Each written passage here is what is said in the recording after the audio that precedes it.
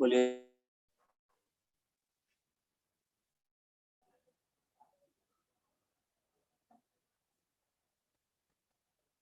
बोले देवादिदेव प्रथम तीर्थंकर तीन लोकों के नाथ श्री आदिनाथ भगवान की जय। वर्तमान शासन नायक श्री महावीर भगवान की जय। आचार्य भगवान श्री आदि सागर जी, शांति सागर जी, देशभूषण जी, महावीर कीर्ति जी, विमल सागर जी, सन्मत सागर जी, विद्यानंद जी, भरत सागर जी, अभिनंदन सागर जी सहित हमारे समस्त पूर्वाचार्यों के श्री चरणों में बारंबार नमस्सु। गणाधिपति गणधाराचार्य श्री कुंतु सागर जी गुरुदेव की जय। आचार्य भगवान सिद्धांत चक्रवर्ती श्री कनकनंद जी गुरुदेव की जय। इस वेबिनार में सम्मिलित होने वाले हमारे आचार्य श्री विद्यानंद जी गुरुदेव सहित समस्त आचार्य उपाध्याय मुनि भगवंतों के श्री चरणों बारंबार नमस्सु। पूज्य और मुनि श्री सुविज्ञ सागर जी अध्यात्मानंद जी गुरुदेव के चरणों में नमस्सु। आरिका समस्त आरिका माता जी के चरणों वंदामि। सुलभ चोलिकाओं के चरणों में इच्छामि। उपस्थित समस्त श्रोताओं को सादर जय जिनेन्द्र।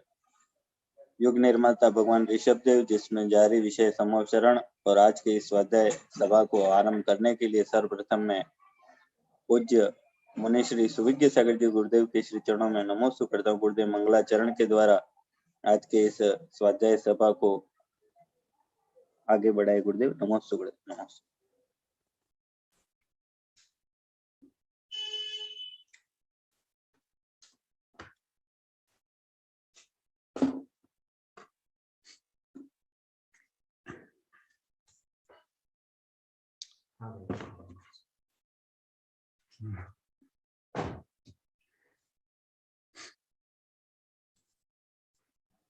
वर्ण थोड़ा जूम करो। हाँ ओके। माइक हो सके तो और पास में लो। ये बराबर है, साइज बराबर है। सही है। हाँ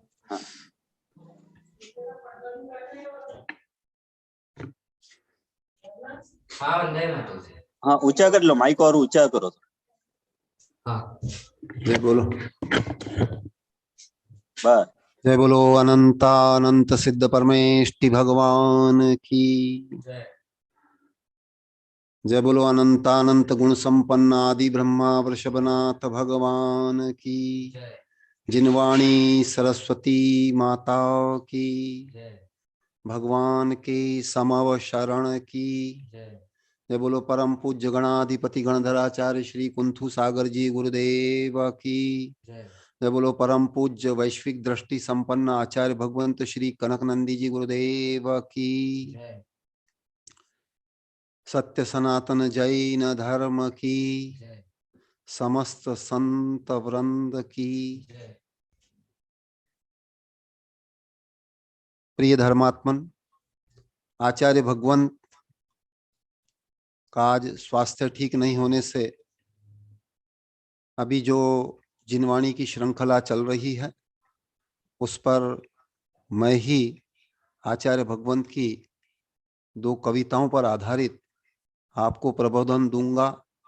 सर्वज्ञवाणी, जिनवाणी और तीर्थवाणी, इसका महत्व बताते हुए आज की इस सभा को प्रारंभ करने से पूर्व मैं ही मंगलाचरण के रूप में आचार्य भगवंत ने 2016 में आत्मोपलब्धि के हेतु जो कविता सृजित की थी वो आज के मंगलाचरण के रूप में प्रस्तुत है, जिसका शीर्षक है आत्मोपलब्धि हेतु।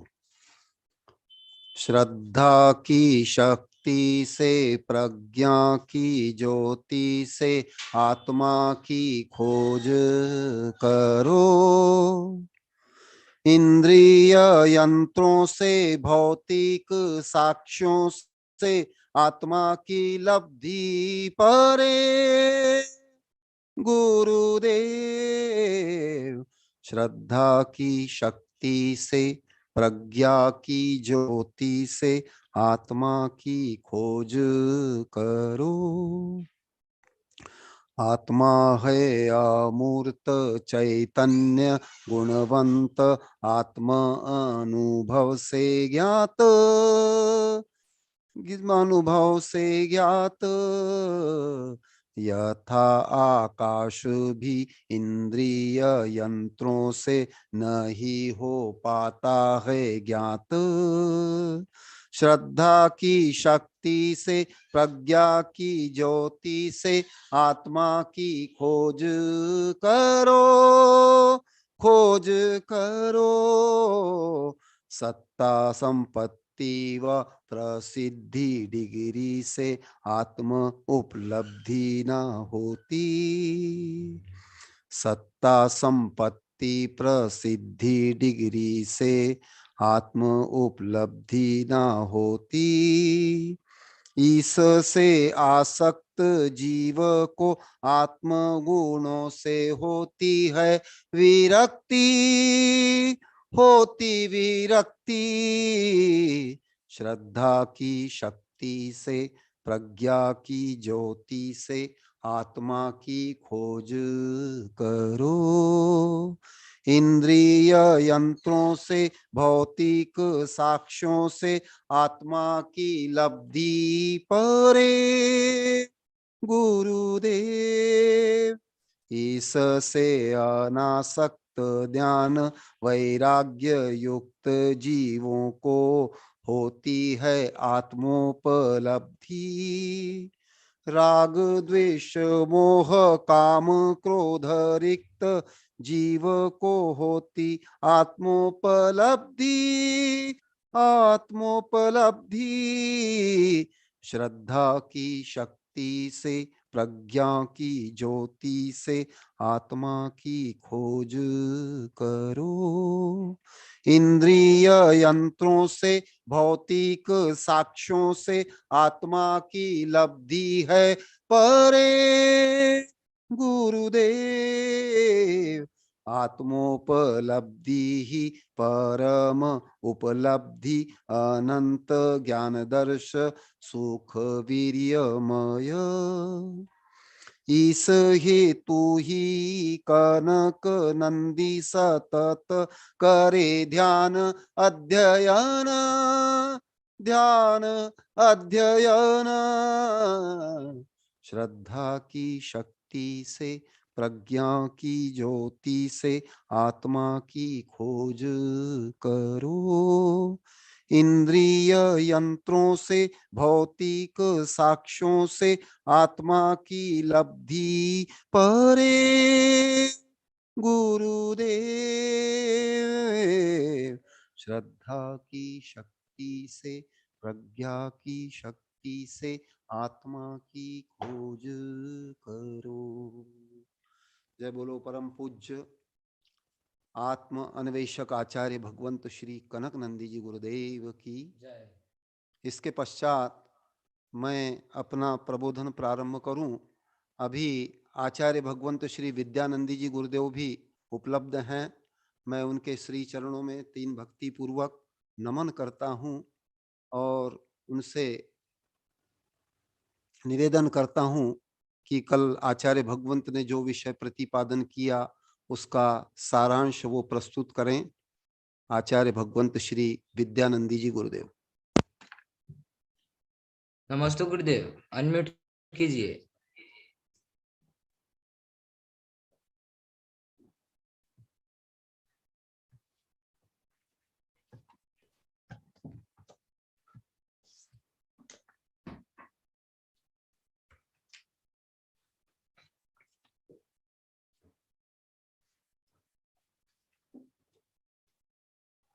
नमस्ते स्वामी। गुरुदेव का स्वास्थ्य ठीक है? हाँ, आज गुरुदेव का स्वास्थ्य ठीक नहीं है। आज वॉमिट हो गया उनको, स्वास्थ्य आहार अनुकूल नहीं हुआ, इसलिए गुरुदेव विश्राम कर रहे हैं। जी जी जी। हाँ। तो पहले मैं ही बोलूं क्या, और कोई हमारी विजया दीदी है, विजय लक्ष्मी जी? जी गुरुदेव, पहले आप बोल दीजिए। बहुत साल हो गए, हमारे अध्यात्मानंदी महाराज जी को मैं सुन ही नहीं पाया। वो भी अभी कक्ष में बैठे हैं। जी।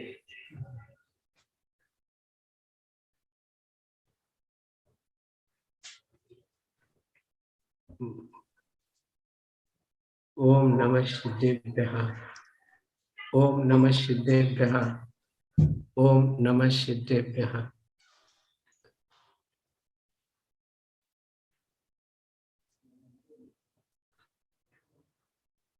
सभी त्रिकालवर्ती तीर्थंकर परमेष्ठियों के चरणों में नमस्कार करता हूँ।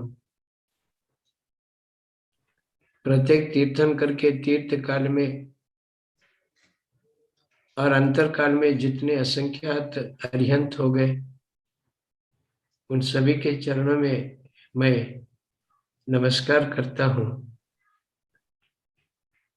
और प्रत्येक तीर्थंकर के समशरण में मौजूद संख्यात प्रमाण में और अतीत काल की अपेक्षा अनंत ऋषि मुनियों को भी मैं नमस्कार करता हूँ। भविष्य काल में होने वाले समशरण में उपस्थित मुनिराजों को भी मैं नमस्कार करता हूँ। परम पूज्य मेरे आराध्य देवता, मेरे दीक्षा शिक्षा गुरु आचार्य कनक नंदी महाराज जी के श्री चरणों में मैं सभक्ति पूर्वक नमस्तु करता हूँ और उपस्थित हमारे सभी साधर्मी मुनियों को भी मैं पाठशाला में सभी को नमस्तु प्रति नमस्तु करता हूँ। गुरुदेव ने मुझे कुछ समय बोलने के लिए दिया। मंगलाचरण के पश्चात विषय आदि पुराण का चल रहा है। आदि पुराण एक ऐसा ग्रंथ है जिसे आद्योपांत समझने के बाद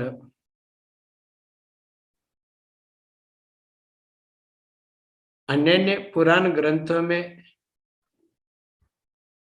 जो भी उल्लेखित विषय है वह विषय हम आसानी से समझ सकते हैं। आदि पुराण ये जिनसेनाचार्य के द्वारा रचित है और उनके उत्तरवर्ती प्रमुख शिष्य गुणभद्राचार्य ने आगे के विषय को संपूर्ण किया है। इसलिए आदि पुराण और उत्तर पुराण इन दोनों ग्रंथों को लेकर के जो हमारे बीच में उपलब्ध वर्तमान युग की सामग्री है, उस सामग्री को ही महापुराण कहा जाता है, क्योंकि इसमें 24 तीर्थंकर, 12 चक्रवर्ती, 9 बलभद्र, 9 नारायण, 9 प्रतिनारायण और अन्य शलाका पुरुषों के अंतर्गत आने वाले जो भी महापुरुष है, उनका भी संदर्भ के अनुसार वर्णन हमें इस महापुराण में उपलब्ध होता है। इसलिए गुरुदेव ने जो आदि पुराण का जो स्वाध्याय प्रारंभ किया है, निश्चित रूप से हम और आप सभी का एक सौभाग्य समझना चाहिए कि आजकल हम समशरण संबंधी विषय समझ रहे हैं। वे लोग भाग्यवान हैं जो समशरण में पहुंच करके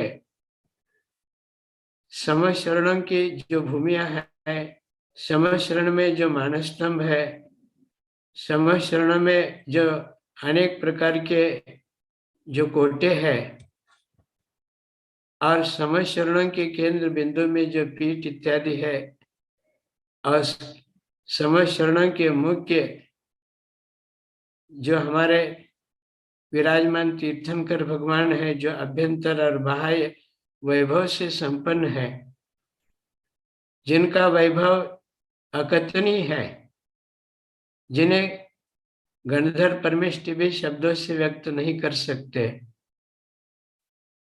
ऐसे समशरणों की विभूति जिसे हम अभ्यंतर विभूति कह सकते हैं, यह कथन योग्य नहीं है, मात्र और मात्र अनुभव योग्य है। और यह अनुभव केवलियों को ही हो सकता है, अथवा हम जब केवली बनेंगे तभी उस विषय को हम अनुभव सकते हैं। रही बात समशरणों का बाह्य वैभव, जिसकी रचना देव शिल्पी इंद्रों के आदेश के अनुसार करते हैं, ऐसे बाह्य वैभव का भी दर्शन एक भाग्यवान को ही मिल सकता है।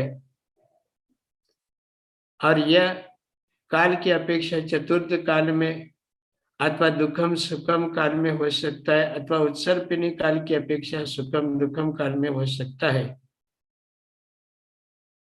और आज भी वो लोग सौभाग्यशाली कहा जाए जो विदेश क्षेत्रों में तीर्थंकरों के समशरण में पहुंच करके साक्षात अपने चरम चक्षु से उस समशरणों का अपने चौक्षम के अनुसार अवलोकन करे, दर्शन करे है, सम्यक दर्शन को प्राप्त करे है, देश व्रत और महाव्रत को भी प्राप्त करे है। आज हमें जो गुरुदेव समशरणों का वर्णन पढ़ा रहे हैं, ये निश्चित रूप से हम और आप सभी श्रद्धा से सुन रहे हैं, श्रद्धा से हम समझ रहे हैं।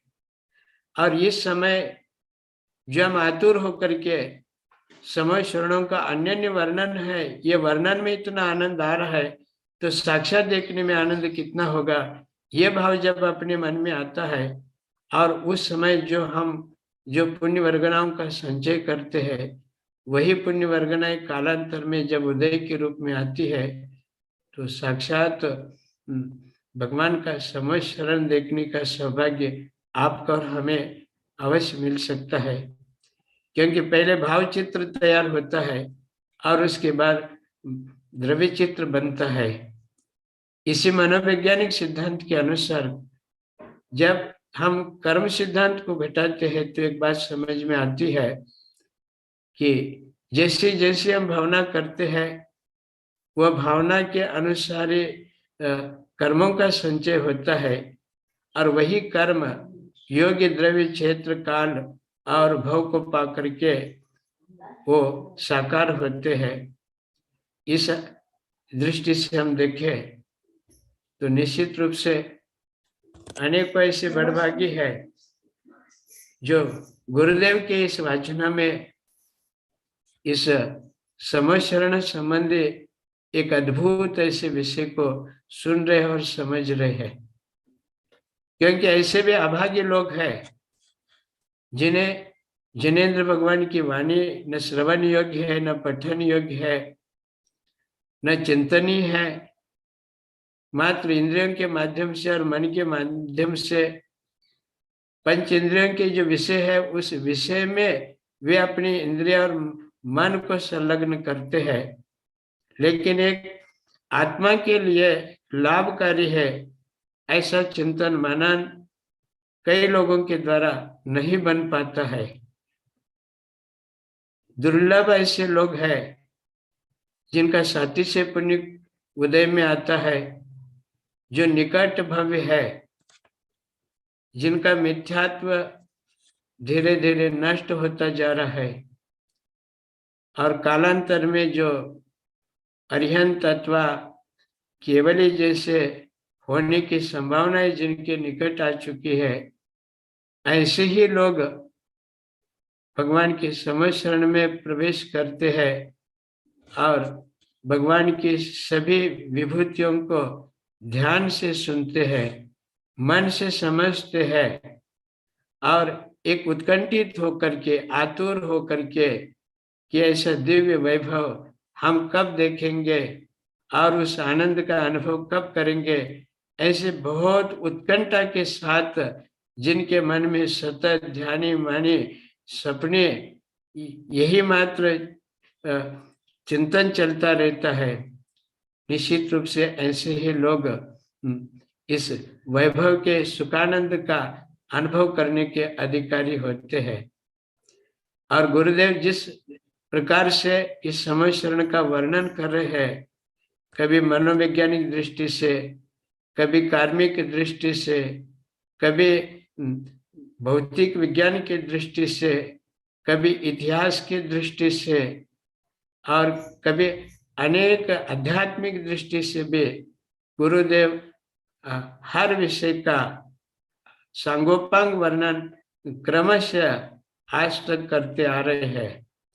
इसीलिए हम सभी को, आपको थोड़ा थोड़ा जो ज्ञान लाभ हो रहा है वह निश्चित रूप से हमारे श्रुति ज्ञानावरण कर्म के चौपशम से मति ज्ञानावरण कर्म के चौपशम के रहते हुए और दर्शन मुनि कर्म का उपशम चौपशम रहते हुए ही ये सारा सुलभ है। अन्यथा आज कितने ही तो इस पृथ्वी पर मनुष्य है, मनुष्य के रूप में जन्म लिया, आर्यखंड भी मिला उनको, उत्तम जाति मिली, उत्तम कुल मिला, भारत जैसा देश मिला, जिन धर्म मिला, लेकिन ऐसे भी अभागे लोग हैं जो कि कभी भी जिनवानी को सुन नहीं पाए, जिनेंद्र भगवान के तत्व, जिनेंद्र भगवान के जो उपदेश है उस उपदेश को ग्रहण कर नहीं पाए। समय समाधि की बात छोड़िए, महाव्रत की बात छोड़िए, एक सम्यक दर्शन भी अगर हम इस जीवन में प्राप्त नहीं कर पाए तो ये ऐसा अवसर मिलना ऐसे लोगों के लिए निश्चित रूप से दुर्भाग्य कहा जा सकता है। क्योंकि हमारे शास्त्रों में कर्म व्यवस्था की बात करते समय गुरुदेव कभी कभी कर्मों के दो भेद करते हैं, एक पापानुबंधी पुण्य और दूसरा है पुण्यानुबंधी पुण्य। ज्यादा करके लोग पापानुबंधी पुण्यवान लोग हैं, क्योंकि पूर्व पुण्य कर्म के उदय से उन्हें भौतिक वैभव तो मिल गया, लेकिन वह वैभव उनके लिए वरदान सिद्ध नहीं हो पाया, अपितु तो एक अभिशाप सिद्ध होने जैसा हुआ। क्योंकि प्राप्त वर्तमान में जो वैभव है उस वैभव को इतना आसक्ति पूर्वक उसका उपभोग कर रहे हैं और मानो हमको सब कुछ मिल गया, इस प्रकार की एक भावनिक एक मान्यता बनने की वजह से उन्हें कोई धर्म की आवश्यकता नहीं भासती है। अब हमारे जैसों के लिए धर्म की क्या आवश्यकता है, क्योंकि हमें तो सब कुछ मिल चुका है कि जीवन में मरने की आखिरी घड़ी तक हमको सब कुछ सुख सुविधाएं उपलब्ध है। इस प्रकार मान करके वे धर्म से मुंह फेर लेते हैं और सतत पांच इंद्रिय और मन के विषयों में आकंठ डूबे रहते हैं और इस जीवन में जो करना था उससे वह वंचित रह जाते हैं।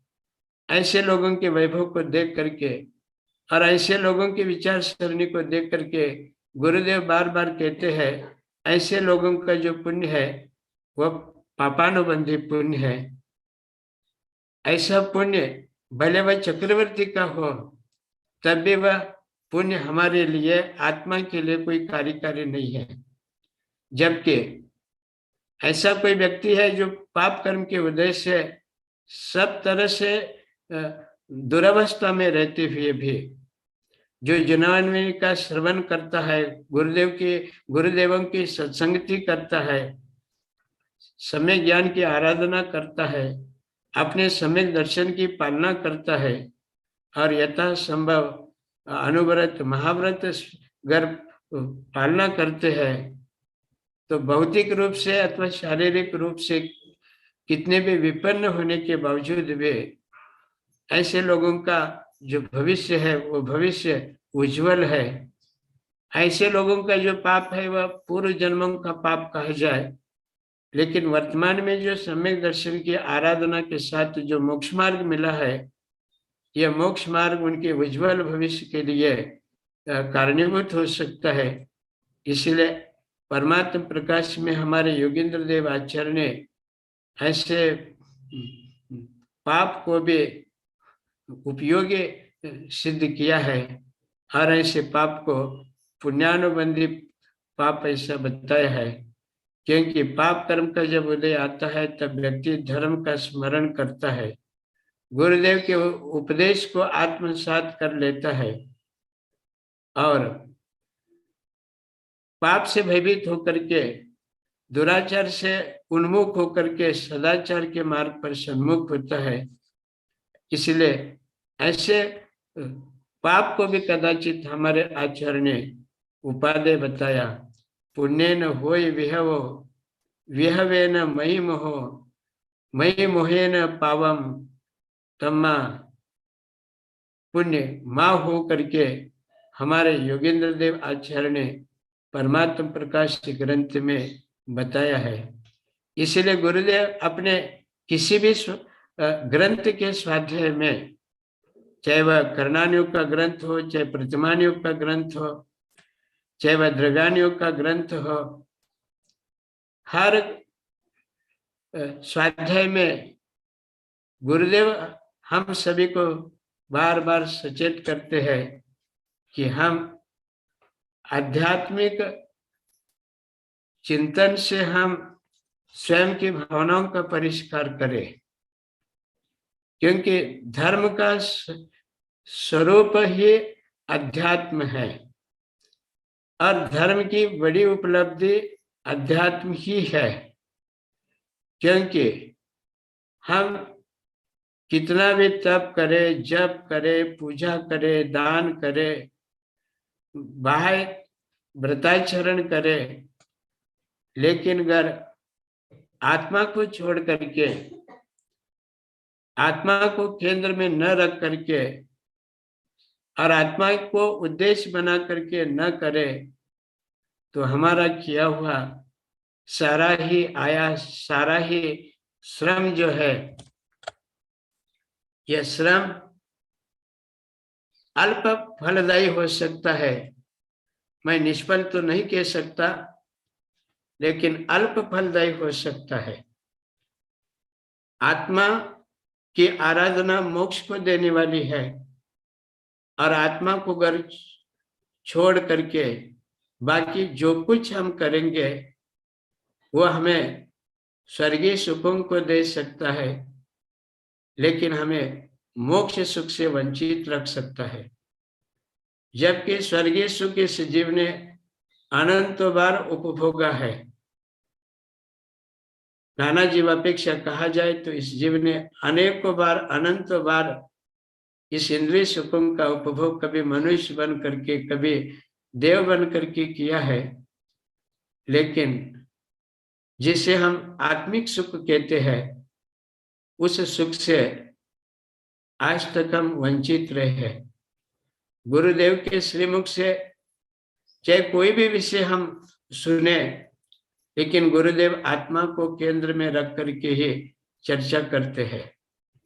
हम संघ में जब थे तब आगम और सिद्धांत ग्रंथों का अध्ययन कराते थे गुरुदेव, लेकिन वेबिनार के सबसे बड़ी उपलब्धि क्या है, तो गुरुदेव के प्रदीर्घकालीन चिंतन का एक मंथन कह सकता हूँ कि गुरुदेव आए दिनों में हम सभी को आध्यात्मिक चिंतन ज्यादा परोसते हैं, क्योंकि आध्यात्मिक विषय ही आत्मा के लिए एक टॉनिक जैसा है, आत्मा के लिए पोषक जैसा है। वैराग्य के लिए कहे अथवा आध्यात्मिक चिंतन के लिए कहे, जितना आध्यात्मिक ग्रंथ हमारे लिए कार्यकारी है, उतना अन्य जो ग्रंथ है वो हम निष्फल तो नहीं कह सकते अथवा अनुपयोगी तो नहीं कह सकते, लेकिन आध्यात्मिक ग्रंथ जितना उपयोगी है उतना हम नहीं कह सकते। कुछ विषय होता है जानने के लिए, कुछ विषय होता है आत्मसात करने के लिए, कुछ विषय होता है हमारे लिए हमेशा के लिए उपयोगी स्वरूप। तो गुरुदेव ने जो गीतांजलियों के माध्यम से जो अनेक प्रसंगों पर जो अनुभव किया है, उसे अध्यात्म के दृष्टि से चिंतन करके जो काव्य रचनाएं गुरुदेव ने की है, निश्चित रूप से ये काव्य रचना अल्प शब्दावलियों के माध्यम से हम आसानी से जैन द्रव्यानुयोग ग्रंथों का सारांश क्या है ये हम समझ सकते हैं। सरल, सुबोध और सामान्य अनुभवों के उदाहरणों के माध्यम से गुरुदेव हमको इन गीतांजलि इत्यादियों के माध्यम से समझा रहे हैं। हम सभी का मैं सौभाग्य कह सकता हूँ कि घर बैठे दूरस्थ होते हुए भी अनेक संघों के मुनि महाराज, अनेक श्रावक श्राविकाएं आज इस लाभ से लाभान्वित हो रहे हैं। ये वैज्ञानिक जो तकनीक है, ये तकनीक भी हमारे लिए, आपके लिए उपयोगी साबित हो रहा है। इन आधुनिक उपकरणों के माध्यम से हम एक दूसरों के साथ संवाद साधते हैं, आचार विचारों का आदान प्रदान करते हैं, स्वयं के ज्ञान स्वयं तक ही नहीं रख करके हम दूरस्थ लोगों तक भी पहुंचाने का कार्य करते हैं। तो निश्चित रूप से ये इन 2 सालों में इन वैज्ञानिक उपकरणों का एक बहुत बड़ा सहकार कह सकते हैं। गुरुदेव का स्वास्थ्य आज अनुकूल नहीं होने के कारण हमको ही मलोक जी ने कहा कि महाराज जी आप एक थोड़े समय के लिए कुछ अपने विचार रखिए। इसके बाद हमारे पूज्य आज्ञा सागर महाराज जी भी गुरुदेव के कक्षा में आज उपस्थित है। मैं पूज्य आज आज्ञा सागर महाराज जी को कहे अथवा हमारी ज्योति जी सागवाड़ा के, इसी प्रकार विजय लक्ष्मी जी कहे, हमारी टीना जी तो हमेशा ही तैयार रहती है कि गुरुदेव के निकटस्थ होने के कारण गुरुदेव से बहुत ही नजदीकी से अनुभव से अवगत होने का अवसर हमारे टीना परिवार को मिलता रहता है। आपसे भी मैं अनुरोध करता हूँ कि सभी थोड़े थोड़े समय के लिए अपने विचार प्रस्तुत करें, क्योंकि सिर्फ सुनने से हम कितना समझ रहे हैं ये गुरुदेव को समझ में नहीं आता। जबकि गुरुदेव के विचारों को जब हम 4 लोगों के बीच में व्यक्त करते हैं, तब गुरुदेव को समझ में आता है कि मैं जो प्रयास करके जो इन सबको पढ़ा रहा हूँ, सिखा रहा हूँ, ये कहाँ तक समझ रहे हैं, ज्ञान की कितनी गहराई तक ये लोग पहुंच रहे हैं, और अनुभवात्मक दृष्टि से, भावात्मक दृष्टि से समझ रहे हैं, क्या उतला उतला ही ये लोग सिर्फ श्रद्धा की वजह से सिर्फ सुनने बैठते हैं, ये भी गुरुदेव को समझ में आ सकता है। क्योंकि एक अच्छा जो विद्यार्थी होता है वह अच्छा शिक्षक होता है, और जो अच्छा शिक्षक होता है वही एक अच्छा विद्यार्थी होता है। तो हम अच्छे विद्यार्थी है, ये सिर्फ हम किताबें पढ़ने से हम अपने को सिद्ध नहीं कर सकते, हम अपने को प्रस्तुत नहीं कर सकते। जब तक हम अपने ज्ञान को दूसरों तक हम पढ़ाएंगे नहीं, सिखाएंगे नहीं, समझाएंगे नहीं, तब तक हमारा ज्ञान कितना परिष्कृत हुआ है ये अपने को भी समझ में नहीं आ पाता, और हमारे गुरुजनों को भी समझ में नहीं आ पाता। इसीलिए गुरुदेव कभी कभी संवाद मंच रखते हैं। किसी भी विषय को गुरुदेव जब घटना के पश्चात जो पूछते हैं, वो क्यों पूछते हैं कि हमारा ज्ञान कहीं अनध्यवसाय के रूप में तो नहीं है क्या? हम जो समझा रहे हैं, इतना परिश्रम कर रहे हैं, ये सिर्फ इनके सिर माथे पर से ही जा रहा है क्या न? या ये लोग सचमुच में मेरे ज्ञान का सदुपयोग कर रहे हैं? इन सारी बातों को समझने के लिए गुरुदेव एक तरह से ओरल हमारी परीक्षा लेते हैं। इसीलिए चलते फिरते समय भी अथवा आहार के पश्चात भी गुरुदेव अनुभव पूछते हैं। गुरुदेव को किताबी ज्ञान के प्रति इतना आकर्षण नहीं है, क्योंकि किताबी ज्ञान ही किताबी ज्ञान होता है। जिसकी धारणा शक्ति अच्छी है, ऐसा व्यक्ति भी किताब में जो है वह सब बोल के दिखा सकता है, लेकिन जिसको ठीक से समझ में आ रहा है वही व्यक्ति भावात्मक बात प्रस्तुत कर सकता है। और जब अनुभव आता है तभी उस ज्ञान को एक सच्चा ज्ञान कह सकते हैं। इस दृष्टि से गुरुदेव, चाहे वह साधु हो चाहे श्रावक हो, समय समय पर संदर्भ देकर के गुरुदेव अनुभव की जो चर्चा करते वो सबसे सर्वोपरि ज्ञान के अंतर्गत आने वाला ज्ञान है। बात बात में गुरुदेव कोई भी विषय जो उठा करके जो पूछते हैं उसके पीछे यही कारण हो सकता है। और कोई भी घटना विशेष हो उसे हम किस दृष्टि से देखना चाहिए, अलग अलग एंगलों से उसे हम कैसे समझना चाहिए, ये भी एक विषय गुरुदेव इस अनुभव की कक्षा के माध्यम से अपने को सिखाते हैं। तो मैं ज्यादा समय नहीं लेते हुए मैं हमारे नलिनी भाभी जी है सागवाड़ा की, जो गुरुदेव के क्लास में हमेशा ही रहती है, लगभग 65 साल होने के बावजूद भी ज्ञान के प्रति इतनी आतुरता जो मैं देख रहा हूँ आए 2 सालों में, निश्चित रूप से एक स्तुत्य आपका एक प्रयत्न है। 24 घंटों में आप लगभग 1.5 घंटा गुरुदेव के स्वाध्याय के लिए आप देते हैं। ऐसे हमारे विजया लक्ष्मी जी, सचमुच में मैं आपके जो गुरुदेव के वाचना स्वाध्याय के बाद जो आप आलेख लिखती हो और व्हाट्सएप के माध्यम से सोशल मीडिया की लिए आप जो भेजते हैं, वो ऐसा लगता है कि सचमुच में शब्द से गुरुदेव के 1.5 घंटे के स्वाध्याय को आप शब्दांकित करते हैं। और एक बार उसको अगर पढ़ ले तो पूरा पूरा गुरुदेव ने 1.5 घंटे में अपने को क्या पढ़ाया है ये भी हम समझ सकते हैं। उपसंहार के रूप में अथवा चूलिका के रूप में आप बहुत अच्छा शब्दांकन करते हैं। विजया लक्ष्मी जी है, हमारे मधु बालाजी मैडम भी है जो हमेशा यहाँ पर रहती है, हमारे ज्योति जी है, ज्योति जी के सासू जी है और उनकी बहना है, और हमारे जयंती जी है।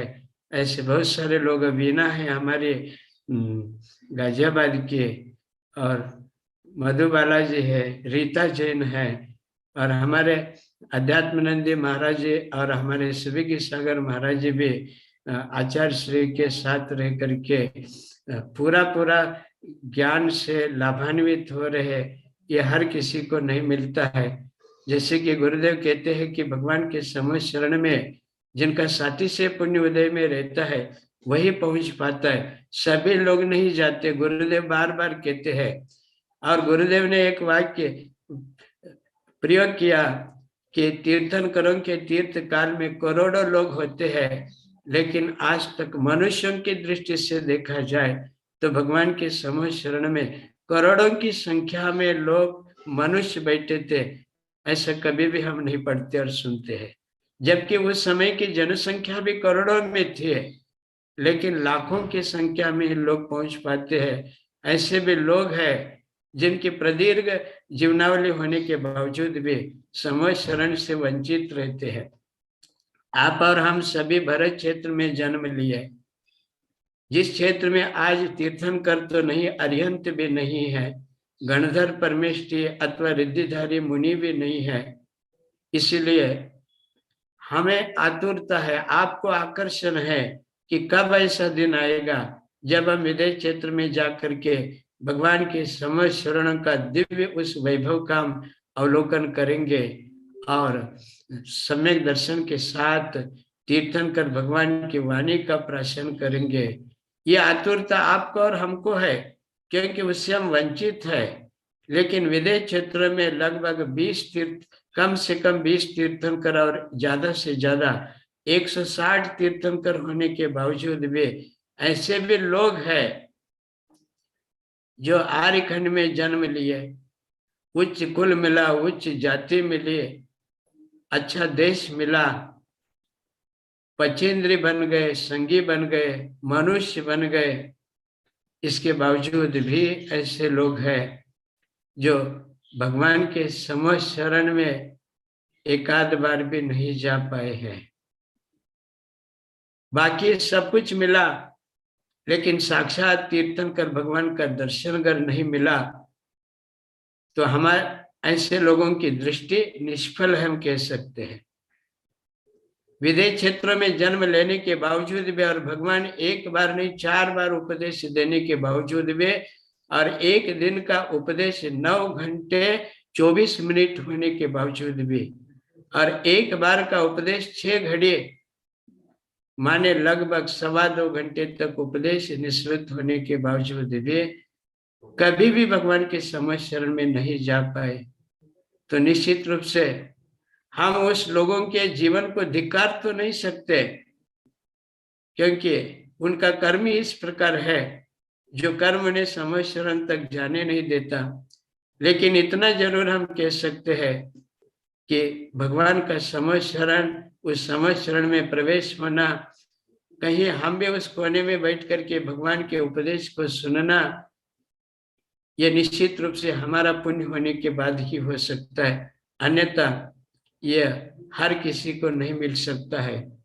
आए दिनों में आदि पुराण का वर्णन गुरुदेव ने जब से आदिनाथ भगवान को केवल ज्ञान होने के बाद जो समझ शरण का वर्णन गुरुदेव ने प्रारंभ किया है, ये सुनना भी, समझ शरण शब्द कान पर पढ़ना और समझ शरण का वैभव सुनना कान से, यह भी हमारा पुण्य होने के बाद ही हो सकता है, अन्यथा नहीं हो सकता। क्योंकि आज भी हमारे बीच में भी ऐसे हजारों लोग हैं जिन्होंने अपने जीवन में कभी भी समझ शरण नाम का शब्द नहीं सुना। कीर्तनकरों का जो ऐश्वर्य है, वो ऐश्वर्य संबंधी अतिशय इत्यादि जो है, केवल ज्ञान के अतिशय इत्यादि, उस विषय में भी कभी सुना नहीं, सोचा नहीं, कभी शास्त्रों में पढ़ा नहीं, शास्त्र हाथ में लिया नहीं, समझा नहीं, समझ में नहीं आया तो कभी किसी को पूछा नहीं, तो निश्चित रूप से हम और आपका सौभाग्य कह सकते हैं कि ऐसे गुरु हमको मिले हैं। क्योंकि हर गुरु हमारे लिए पूजनीय है, हर गुरु हमारे लिए श्रद्धा के आस्पद है। जो भी मोक्ष मार्ग पर लगे हैं और मोक्ष मार्ग पर लग करके आत्म कल्याण स्वयं का कर रहे हैं, ऐसे सभी गुरु हमारे लिए पूजनीय और वंदनीय हैं।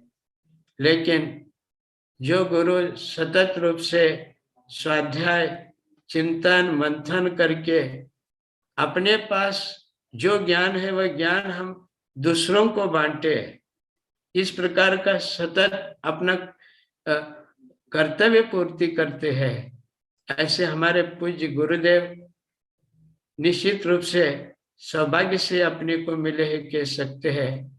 क्योंकि गुणभद्राचार्य ने भी हमारे आत्मानुशासन ग्रंथ में कहा, कभी वक्ता रहते तो कभी श्रोता नहीं रहते, और कभी श्रोता रहते तो वक्ता नहीं रहते। ये कालखंड की अपेक्षा ऐसा होता रहता है, लेकिन वक्ता भी एक ही काल में रहे, श्रोता भी एक ही काल में रहे, और एक काल होने के बावजूद भी एक ही क्षेत्र में वक्ता और श्रोताओं का मनोमिलन हो, ये निश्चित रूप से दोनों का पुण्य होने पर ही होता है। तीर्थंकर भगवान जो उपदेश देते हैं वह भक्त भव्यों के पुण्य से ही नहीं देते। तीर्थंकर भगवान जो उपदेश देते वे स्वयं के पुण्य से भी देते हैं, क्योंकि उनका पुण्य उदय में आया तभी तो वह श्रोताओं को, हजारों श्रोताओं, लाखों श्रोताओं के बीच में उपदेश दे पाते हैं। अगर उन्होंने तीर्थंकर प्रकृति का बंद किया नहीं होता तो उन्हें ऐसा अवसर नहीं मिलता कि प्रदीर्घ काल तक आर्य खंड में विचरण करके असंख्यात देवों को प्रबोधन देना और सम्यक दर्शन में संवर्धन करना, संख्यात मनुष्यों को सम्यक दर्शन प्रकट कराना, संख्यात संख्या में देशवृत्ति और महावृत्ति बनाना, और संख्यात प्रमाण में अरिहंत बनाने के योग्य उनको निमित्त बनना, ये निश्चित रूप से तीर्थंकरों के पुण्योदय के रहते भी होता है। इसीलिए हमारे 42 प्रकार के पुण्य प्रकृतियों में श्रेष्ठतम पुण्य प्रकृति कौन सा है, ये पूछने पर नेमिचंद सिद्धांत चक्रवर्ती ने गोमटसार कर्म कांड में बताया कि तीर्थंकर प्रकृति सभी पुण्य प्रकृतियों में श्रेष्ठतम प्रकृति है। बाकी की जो प्रकृतियां हैं वह प्रकृति हमें चक्रवर्ती बना सकते, इंद्र बना सकती है, अथवा हमें महामांडलिक इत्यादि पद दिला सकती है, अर्ध चक्रवर्ती पद दिला सकती है, कामदेव पद दिला सकती है, लेकिन इन सभी पुण्य पदों के माध्यम से दूसरों का हमारे द्वारा हित हो, इसकी कोई अनिवार्यता नहीं है। लेकिन तीर्थंकर प्रकृति अगर हमारे साथ होगा तो निश्चित रूप से हमारे हित के साथ दूसरों का भी हित होगा। इसीलिए तीर्थंकर भगवान का पुण्य उदय आने पर ही तीर्थंकर भगवान योग्य श्रोताओं को उपदेश देते हैं, और योग्य श्रोताओं का पुण्य उदय आने पर ही योग्य वक्ता के माध्यम से, योग्य प्रवचनकार के माध्यम से उपदेश ग्रहण करने का हमें हक बनता है। क्योंकि तीव्र पाप कर्म का उदय रहते हुए कभी भी ऐसे समश्रणों के पास कोई भटक भी नहीं सकता है और भगवान की वाणी का श्रवण भी नहीं कर सकता है।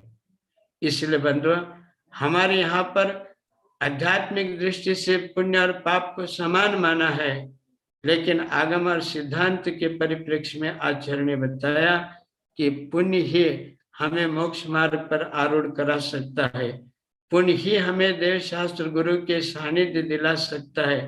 इसलिए कथनचित हमारे यहाँ आचार्य ने पुण्य को भी उपादेय बताया है। बंधु, मैं आपका बहुत सारा समय लिया। अब मैं निवेदन करता हूँ कि परम पूज्य हमारे आज्ञासागर महाराज जी, जिन्हें हमें सुने बहुत दिन हो चुके हैं, आज गुरुदेव अस्वस्थ होने के कारण मुझे कुछ बोलने का अवसर आप सभी ने दिया है। मेरे बोलने में कहीं त्रुटि हुई हो, गुरुदेव के प्रति कहीं अवज्ञा का भाव हुआ हो, अथवा मैं कहीं अतिरेक बोला हो, तो मैं क्षमा प्रार्थी हूँ। और पूज्य आज्ञासागर महाराज जी को मैं विनती करता हूँ कि महाराज श्री आप भी चार शब्द हमारे आज उपस्थित वेबिनार में जो श्रोतागण है उन सभी को भी आप अपने मधुर वाणी के द्वारा आप सरल भाव के साथ लाभान्वित करिएगा।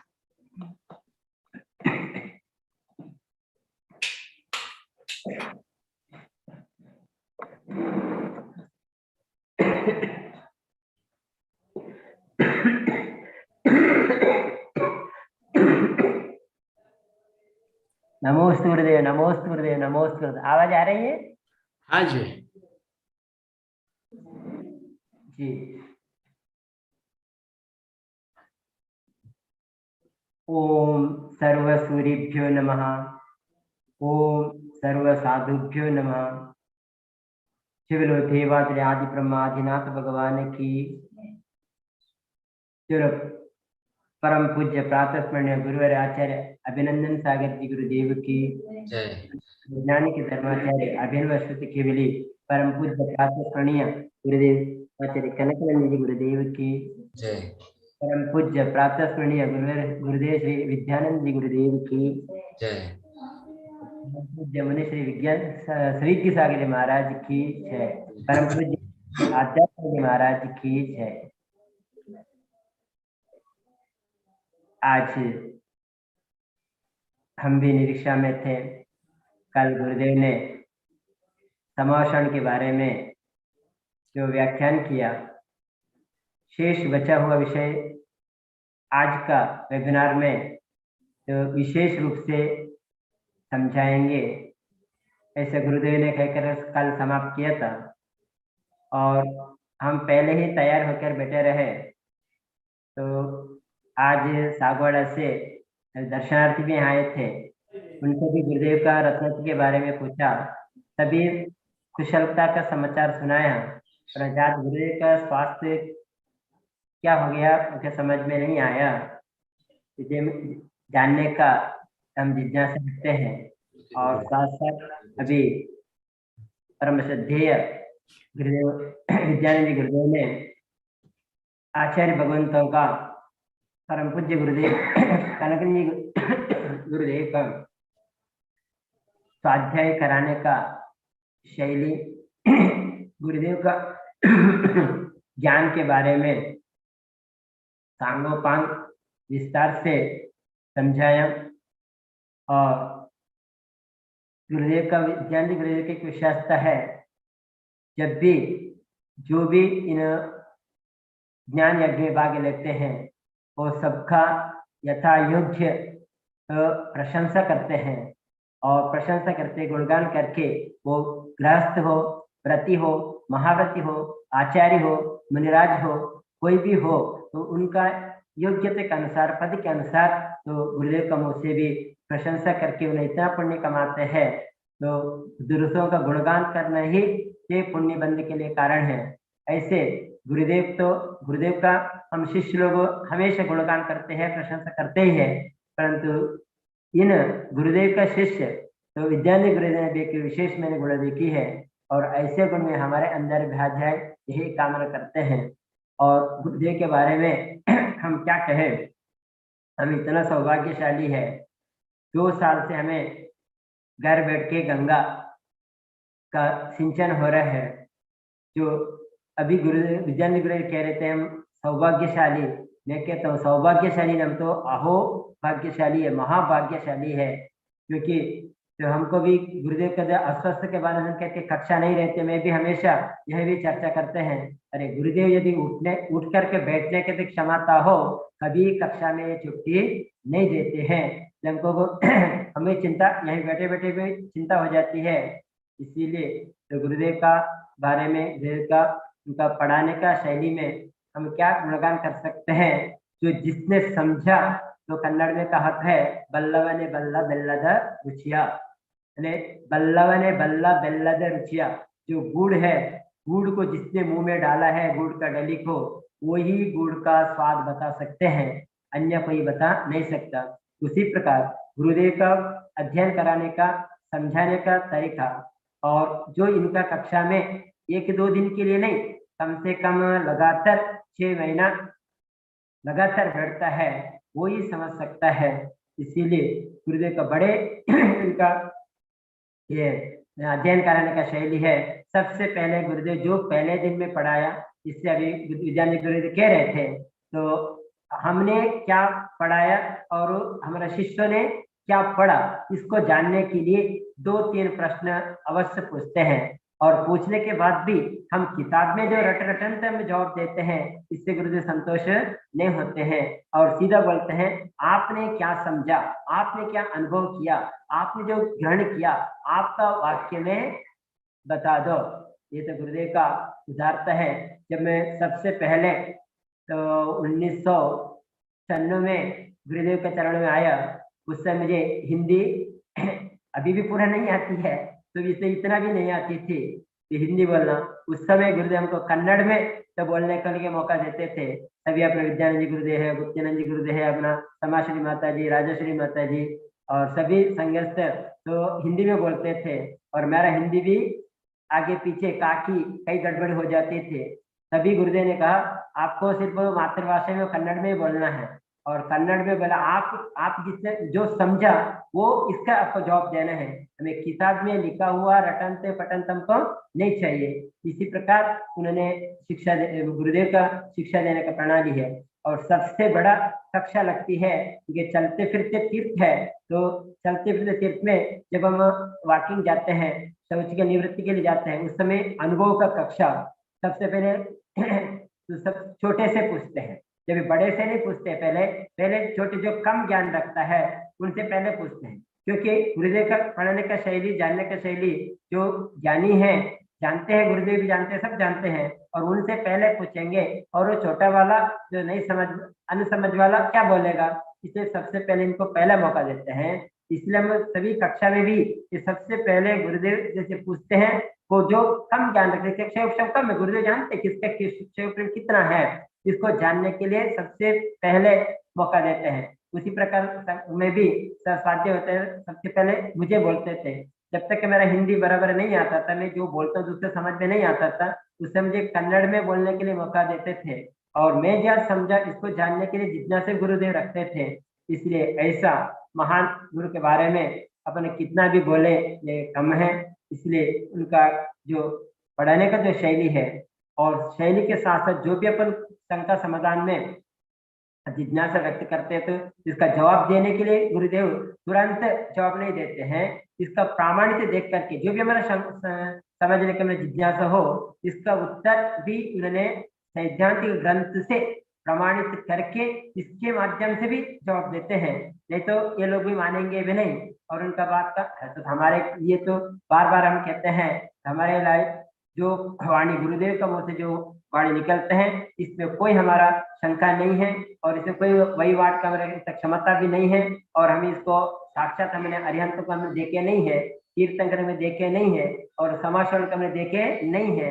हमारे लिए तीर्थंकर भी हुई है और समाशरण भी जिससे उन्होंने जिस प्रकार का समाशरण का जो अभी प्रकरण चल रहा है तो पहले भी द्रव्य संग्रह कक्षा में भी गुरुदेव ने तो विस्तार से समझाए थे।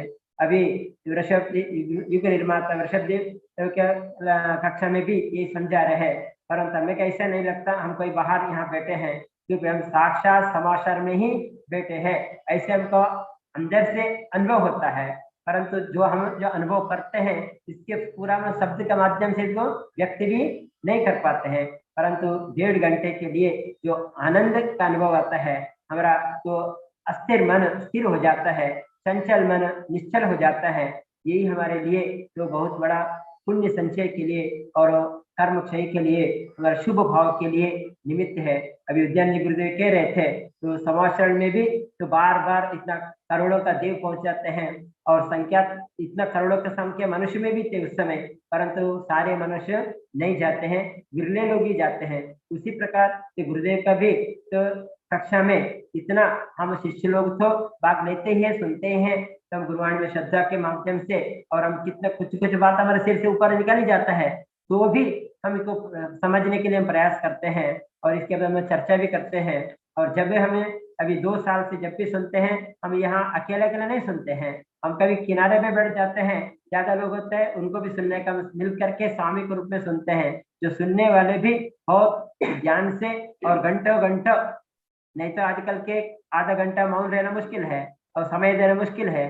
जो भी आते हैं कक्षा में बच्चे आते हैं, बच्चे भी सुनते हैं, बड़े भी सुनते हैं, महिलाएं भी सुनते हैं, सब हम सामूहिक रूप से हम सुनते हैं और सबको आनंद आता है क्योंकि गुरुदेव का जो शैली है और इसमें पढ़ाते समय गुरुदेव को जो आनंद होता है, गुरुदेव जो हंसते हैं और इसको देख करके लोग इतना प्रसन्न हो जाते हैं तो इनका आनंद का लहरे तो इसको अपने शब्द में कह सकते हैं।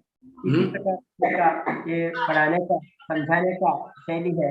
कभी कभी छोटे छोटे सवाल वो पूछते हैं, इसको लंबे विस्तार से गुरुदेव समझाते हैं, इसीलिए वो भी कोई ऐसे गहन प्रश्न हो बिना आधार से बिना ग्रंथ का श्लोक का प्रमाण दिए बिना गुरुदेव कभी नहीं समझाते हैं। गुरुदेव भी जितना भी ग्रंथ उठा के अपने देख ले, जो भी बात कहते हैं और इसके पहले उसका एविडेंस देते हैं शास्त्र का, ये बहुत बड़ा उपलब्धि है।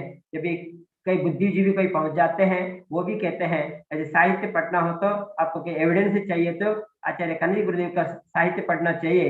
इसके लिए तो इनका एक दो ग्रंथ पर पढ़ लेते हैं तो कई ग्रंथों का अपना अध्ययन करने का अनुभव मिलता है। ये गुरुदेव का लेखन शैली है और पढ़ाने का भी उनके वही शैली है। इसलिए बच्चे के साथ बैठते गुरुदेव तो बच्चे जैसे हो जाते हैं और बच्चे मन से पढ़ाते हैं। जब बड़े बड़े वैज्ञानिक लोग हैं, साइंटिस्ट लोग हैं, तो बड़ा बुद्धिजीवी लोग होते हैं उससे पढ़ाते हैं, उस समय तो अपना छोटे बच्चे के समझ में नहीं आएगा, उस समय बड़ा साइंटिस्ट का भी तो साइंटिस्ट बनकर के अध्यापन कराते हैं। इसी प्रकार ये गुरुदेव का दीर्घकालीन अनुभव है। जैसे हमें भी मेरे कभी मुझे भी समझ में आ गया जब गुरुदेव का हमने वेबिनार कक्षा में सुन रहा था, पहले जब गुरुदेव का 3 दिन का कार्यक्रम का गुरु का गुणानुराग के बारे में गुणान करने का, उस समय ने सबसे वही सुना था।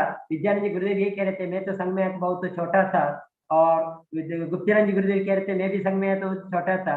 उधर से देवानंद जी महाराज जी कह रहे थे मैं संघ में आया था छोटा था। उस समय मेरा छोटापन मुझे समझ में आ गया तो मैंने तो बहुत बड़ी गलती की, मैं तो बड़ा होने के बाद संघ में आया इसलिए कि मैं पूरा समझ नहीं पाया। यदि मैं भी छोटा था तभी यदि गुरुदेव के चरण में आ जाते हैं हम भी बहुत गहन विषय को आज समझ सकते थे, गहन समझ करके तो अपना आत्म कल्याण कर सकते हैं। परंतु गुरुदेव ने देने में कोई कसर नहीं छोड़ा है, तो देने में तो कोई कमी नहीं रखी है। हम जितना मिला, जितना हमने अनुभव किया, अभी हम भी, हमारे में अंदर भी बहुत परिवर्तन आया। तो मैं यही परिवर्तन 2 साल के अंदर जो गुरुदेव कहते हैं कि मेला ठेला झंझट विधान प्रतिष्ठा पंच कल्याण, इससे सारे हम भी निवृत्त हो गए और निवृत्त होकर के एक जगह स्थिर रह करके तो अपना जो साधन है, तो अपन छोटा साधक है, छोटा साधक में भी तो अपना जो भाव शुद्धि से साधना करने के लिए हम यदि प्रयास कर रहे हैं, इसलिए बाह्य आडंबर को अथवा बाह्य प्रपंच से दूर रह करके तो गुरुदेव का आशीर्वाद से और गुरुदेव का साधना को देख करके तो हम भी वही प्रयास कर रहे हैं। इसीलिए ये मैं इतने कहता हूँ। और आज भी सागवाड़ा से यहाँ दर्शनार्थी आए थे, वो कह रहे थे तो हमें बहुत सागवाड़ा कॉलोनी में बहुत पहले से परिवर्तन आ गया, सभी समर्पित होकर के सेवा कर रहे हैं। और जैसे वेबिनार में देखते हो तो रोज मिलते हैं, इसके अलावा भी लोग पहुंच जाते हैं, तभी वहाँ का तो सारे रूबरू जो व्यवस्था है इसके बारे में सुनाते हैं और सुनकर वो भी संतुष्ट हो जाते हैं और हमें भी आनंद का अनुभव होता है। इसीलिए तो बार बार ये अवसर हमें मिलता रहे, यही प्रकार का भावना बाता हूँ। और विद्यानंद जी गुरुदेव के भी लंबे समय से तो थोड़ा आप सुनने को मिला है, इसलिए उसी प्रकार जो अभी स्वीगी सागर जी महाराज जी ने भी कितना भी कैसे भी तो अपना गीतांजलि में जो पहले कविता बोलते हैं गुरुदेव का जो रचना, इससे भी अपने का आनंद आता है। और उसी प्रकार तो वहाँ गुरुदेव का सेवक अध्यात्मानंद जी महाराज जी भी बैठे हैं और उन्होंने भी चरणों में रह करके गुरुदेव का सेवा करते हैं। वो भी बहुत हमारे लिए आदरणीय है और प्रशंसनीय है और अनुकरणीय है। ऐसा महान चरणों में मेरे बारंबार मैं नमस्कार करता हूँ और भावना बताता हूँ। और गुरुदेव का स्वास्थ्य बारे में स्वास्थ्य भी जल्दी से जल्दी स्वास्थ्य लाभ हो और कल यथा योग यथा समय हमें जो प्रसाद मिलता है वो प्रसाद निरंतर मिलता रहे, इसी प्रकार के भावना बताता हूँ। परम पूज्य गुरुदेव आचार्य कनकानंद गुरुदेव के चरणों में बारंबार नमस्कार करता हूँ। विद्यानंद गुरुदेव के चरणों में बारंबार नमोस्तु गुरुदेव, नमोस्तु नमोस्तु नमोस्तु। श्री कृष्ण के चरणों में नमोस्तु। आध्यात्मानंद जी गुरुदेव के चरणों में मेरा बारंबार नमोस्तु नमोस्तु नमोस्तु। आज्ञा सागर पूज्य महाराज ने अपने गुरुदेव के साथ जो अनुभव किया है, उस अनुभव को सरल सीधे शब्दों में भक्ति भावना के सूत्र में पिरो करके बहुत ही अच्छी तरह से प्रस्तुत किया। मैं अब इसके बाद हमारे टीना दीदी को अनुरोध करता हूँ और टीना जी के साथ बाद में नलिनी भाभी जी, गुवाड़िया जी, आप भी अपने विचारों को टिप्स बना लीजिए। और आज आपको भी अवसर मिला है तो सर से पहले मैं टीना जी को कहना चाहता हूँ। टीना जी, सुनते समय समाशरण का विषय सुनते समय आपको क्या ज्ञान मिला, आप अपने शब्दों में संक्षेप में बता दीजिए। टीना जी। गुरुदेव के चरणों में नमोस्तु सभी गुरुदेव और माता जी को वंदन, माता जी को इच्छा और सब श्रावक को जय जिनेन्द्र। ये मेरे गुरुदेव की बहुत कृपा है जो मैं आज जीवन में गुरु की कृपा कभी नहीं भूलूंगी। गुरुदेव ने मेरे को नरक निगोद से एकदम ऊपर उठा लिया पहले तक, और इसके बाद गुरुदेव से जुड़ने के लिए लंबा समय चाहिए। मैं मेरे घर में भी 3 महीना चतुर्मास करवाया तो भी मैंने मेरे स्वयं को नहीं जाना था। मेरे को एक कुछ भी बुद्धि नहीं थी, कुबुद्धि, जड़ बुद्धि में यानी कुछ भी ज्ञान नहीं था। पर मैं उसके बाद नंदोड़ विहार करके गुरुदेव चले गए तो मैं उनसे लगातार जुड़ी रही। मैं 6 महीना तक एक दिन छोड़ के एक दिन पर लगातार 6 महीना उनके जुड़ी रही और आहार देती थी और वो मेरे को स्वाध्याय बोल के सुनाते थे।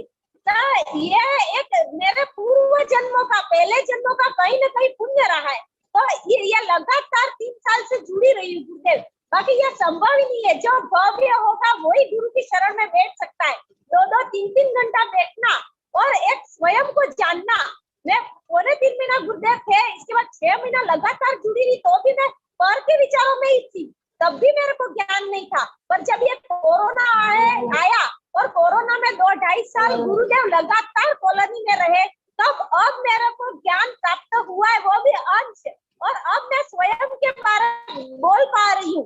अब स्व और पर का भेद ज्ञान अब हो पा रहा है। तो मैं लगातार धारा प्रवाह आधा पौना घंटा में बोल सकती हूँ। इतना मैं यानी कि गुरुदेव से लंबा जुड़ी तब, और वो आचरण में भी मैं ला रही हूँ। पर इसके लिए मैं स्वयं, मैंने 10 बार यहाँ बहुत बार वेबिनार में बोला है कि आप मंदिर जाते हैं तो वहाँ जड़ मूर्ति है, वहाँ पे जीवाण में पढ़ते हैं। मैंने माला पाठ पूजा विधान सब कार्य किया, 1-1 घंटा में भक्तामर विधान करती थी। पर जब तक कोई जागृत जीवंत गुरु अपने जीवन में आते हैं और वो अपने को डांटते हैं, समझाते हैं, तभी ये बात समझ में आती है। ज्ञान का आवरण जीवंत गुरु से ही मिलता है। अब मंदिर जाना चाहिए, मैं ऐसे नहीं कह रही कि नहीं जाना चाहिए, सब कार्य करना चाहिए, पर जब तक अपने जीवन में जीवंत गुरु नहीं हो, तब तक अपना ज्ञान का आवरण खुलेगा नहीं। मेरा पूरा ज्ञान का आवरण ढका हुआ था, जैसे सूरज के आगे बादल ढके हुए रहते हैं, वैसे पूरा ढका हुआ मोटा पर्दा था। पर मेरे गुरु ने पूरा पर्दा हटा दिया। अब मैंने मेरे स्वयं को जाना, और इसमें मैं औरत नारी, गुरुदेव ने स्व और पर कि मेरे अंदर, मैं किसी की प्रशंसा इतनी नहीं कर पाती, अब भी मैं सबकी प्रशंसा करती हूँ, धार्मिक कार्य में सबकी अनुमोदना करती हूँ। पहले मैं मेरी कमी स्वीकार नहीं करती थी, मेरे नेगेटिव सोच आती थी, मेरे को क्रोध भी आता था, मेरे पास अहंकार भी था। ये अनंत यह जीव अनादिकाल से साथ में लेके आता है, पर श्रेष्ठ गुरु की शरण में बैठता है, और वो भी ऐसे गुरु जो शिष्य को यानी डांटते हैं। जो गुरुदेव बहुत डांटते हैं, जब भी पूरी भरी सभा में डांट देते थे तो अहंकार टूटता है। इससे मेरा अहंकार इतना टूट गया कि मेरे को कोई भी कुछ भी कहता है तो बुरा नहीं लगता। अब मेरे को क्रोध ही नहीं आता, कभी भी मेरे को क्रोध नहीं आता। मैं इतनी क्षमता में हो गई हूँ कि मेरे को खुद को आश्चर्य होता है कि मेरे गुरु ने मेरे को तिरंज गति में जाने से बचा लिया। अभी भी मैंने ये स्वेच्छा से 4 महीने का चतुर्मास का चौका भी लगाया है, तो मैं मेरे गुरु के लिए मैं करूंगी, यानी मेरे मन से लगाया है कि मैं मेरे गुरु के सर्वश्रेष्ठ आहार दान है। जो भी व्यक्ति गुरु की शरण मेरे के आहार दान देगा, वही मोक्ष में की प्राप्ति कर सकेगा, क्योंकि आहार गुरु शिष्य को त्याग करना सिखाते हैं। अभी यहाँ सुनील सागर जी गुरुदेव आए थे, पंच कल्याणक में बोली थी, और पर हमने वहाँ परिग्रह इकट्ठा किया, अच्छी नई साड़ियां लाए, सोना लाए, वहां पे जाके प्रतिष्ठा। पंच कल्याणक में क्या करते हैं, परिग्रह को इकट्ठा करते हैं। परिग्रह है तो वहां पे मान सम्मान भी, कि मैंने अच्छे कपड़े पहने तो कोई मेरा मान सम्मान स्टेज पे बुलाएगा, यानी कहीं न कहीं मान, कहीं पीछे बैठना, आगे बैठना, कहीं न कहीं क्रोध रहता है तो मान रहता है, मान रहता है माया, माया है तो लोभ है। पर पंच कल्याणक विधान वहां पे ये सब बढ़ता ही है, और गुरु की शरण में जाएंगे तभी अपन त्याग का कार्य सीख पाएंगे। मैं अभी 3 साल से लगातार गुरुदेव से जुड़ रही हूँ, तो मेरे कपड़ों का भी त्याग किया, सोने का त्याग किया, मेरा भोजन का त्याग किया, और मैं सब बाहर का खाना पीना, मैंने अभी इतना 3 साल के अंदर बहुत त्याग कर दिया गुरुदेव। और ये मेरे गुरु ने मेरे को त्याग का रास्ता अपनाया। तो अब त्याग करेगा वही व्यक्ति मोक्ष में जाएगा, और जो परिग्रह का संग्रह करेगा वो राजेश्वरी सो नरकेश्वरी, यानी कि जितना, मेरे मेडिकल की दुकान है, अब मेडिकल में जितना पैसा है वो सब पूरा पापमय ही है। अब उस यानी जितना पैसा हम कमाएंगे, और मेडिकल में तो पाप है, पूरे विश्व में जितने संसार के सब कार्य पापमय है। या अपन जो कमाते हैं उसमें ये जरूरी नहीं कि अपन एक बंगला बनाए, इसके लिए सादा सिंपल घर हो तो भी चलता है। यह आवश्यक नहीं कि बहुत सारे कपड़े हो, थोड़े कपड़ों में भी अपन चल जाता है, यानी ये इसमें आवश्यकता सीमित करनी है। पर मैंने गुरु की शरण में रह के मेरी आवश्यकताओं को सीमित किया। पहले बस ये चाहिए तो चाहिए, परिग्रह, लोभ था, हर जगह दिखावा था, ख्याति, पूजा, प्रसिद्धि थी, पर ये सब त्याग मेरी गुरु की शरण में मैंने किया। अब मेरे ऐसे दिमाग आसक्ति नहीं है, कोई भी चीज से आसक्ति नहीं है, लोभ कम हो गया।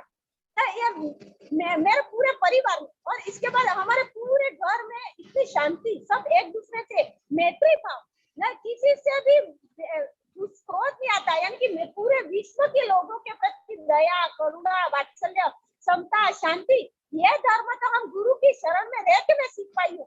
और ये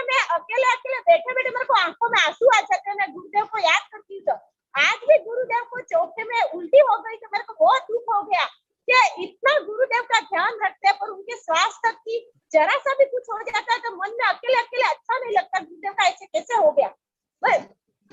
मैं अभी बोलने के लिए तो इतना है कि मैं अभी और आधा घंटा बोल सकती हूँ, पर सबको समय देना है गुरुदेव, इसलिए मैं यहाँ पे ही विराम देती हूँ। नमस्ते गुरुदेव जी। हमारे टीना जी, आपने अपना अनुभव और हमने गुरुदेव के लिए क्या किया और संघ का हम किस प्रकार लाभ ले रहे हैं, आप अनुभव के रूप में प्रस्तुत किया और आपकी गुरु भक्ति मुखरित होती है टीना, ये स्पष्ट रूप से दिखाई देता है। इसके बाद मैं हमारे नलिनी भाभी जी को अनुरोध करता हूं कि आप भी इस समस्रण के विषय को लेकर के और गुरुदेव के आदि पुराण के माध्यम से आप में क्या बदल आया, आप किस प्रकार भावनाओं के स्तर पर आप अपने आप को बदल कर रहे हैं, ये हम सभी सुनना चाहते हैं। इसके बाद हमारे जयश्री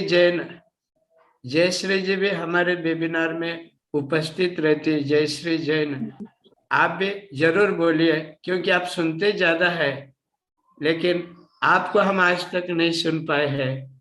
तो मैं नलिनी भाभी जी से पहले अनुरोध करता हूं और उसके बाद हमारे जयश्री जैन अपने अनुभव जरूर हमारे बीच में आज प्रस्तुत करेंगे। नलिनी जी, आप बोलिए। नमोस्तु गुरुदेव, नमोस्तु नमोस्तु आचार्य श्री, नमोस्तु आचार्य श्री। देखो आज रत्न तरक कैसा है, हमें दुख हुआ बहुत ही, आज आहारचर्या सही नहीं हुई गुरुदेव। नमोस्तु गुरुदेव, स्वस्थ है, उनका रत्न तरक सबसे जल्दी ठीक हो जाए, यही हमें भावना है गुरुदेव। सबसे पहले गुरुदेव को मैं आज 25 साल से जान रही हूँ, पूरे संघ को गुरुदेव। जब 96 में आप चतुर्मास हुआ था सागवाड़ा में, तब हम गुरुदेव को पहचान नहीं पाए। सबसे पहले हमने गुरुदेव को मैंने अर्थ ही पता नहीं था हमको। मैं के बाद हमें पता पड़ा कि मैं मैंने आत्मा होता है। तो गुरुदेव के स्वास्थ्य की कामना करते हुए हमें ये कहना है, गुरुदेव हम आज वेबिनार नहीं सुन रहे हैं तो हम आज बहुत दुख हो रहा है, और वेबिनार के माध्यम से ही हम घर बैठे इस शास्त्र का लाभ ले रहे हैं और हमारी जो अज्ञानता थी वो दूर हुई। हमें जो आहारचर्या के बारे में ज्ञान नहीं था, मैं का ज्ञान नहीं था, आत्मा का बोध नहीं था हमें, तो उस हिसाब से हमें कुछ भी ज्ञान नहीं था गुरुदेव। तो ये सब गुरुदेव के माध्यम से हमने जाना। गुरुदेव ने हमें बहुत कठिन से कठिन वर्ड को सरल तरीके से हमको समझाने की कोशिश करते हैं। अभी आदिनाथ पुराण चल रहा है, उसमें गुरुदेव ने समोषण के बारे में, दिव्य ध्वनि के बारे में बताया, 12 सभाओं के बारे में बताया। 12 सभा जब लगती हैं तब पशु पक्षी तिर्यंज करते हैं, देव देवियां कितने सब आंखें 12 सभा में बैठे रहते हैं। और गुरुदेव हम ज्यादा तो बोल नहीं सकते हैं, गुरुदेव के माध्यम से हमने जो सुना वो आपको बताने जा रहे हैं गुरुदेव। और गुरुदेव का स्वास्थ्य जल्दी से जल्दी स्वस्थ हो गुरुदेव। नमोस्तु गुरुदेव, नमोस्तु।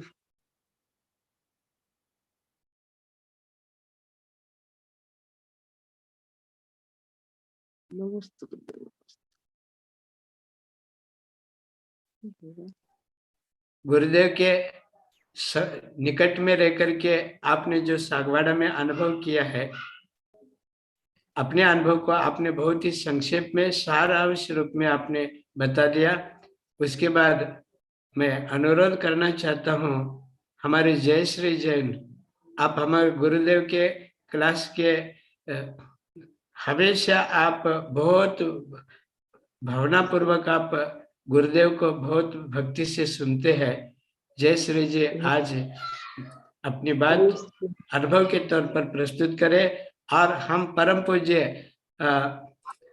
मुनि श्री स्थवीर मुनि अध्यात्मानंद महाराज जी को भी मैं अनुरोध करना चाहता हूँ कि महाराज श्री आप भी अपने विचारों को, क्योंकि गुरुदेव के छाया में आप एक छाया की तरह गुरुदेव के साथ लगभग 15 सालों से आप रहते हैं, आपके अनुभव को भी हम सुनना चाहते हैं।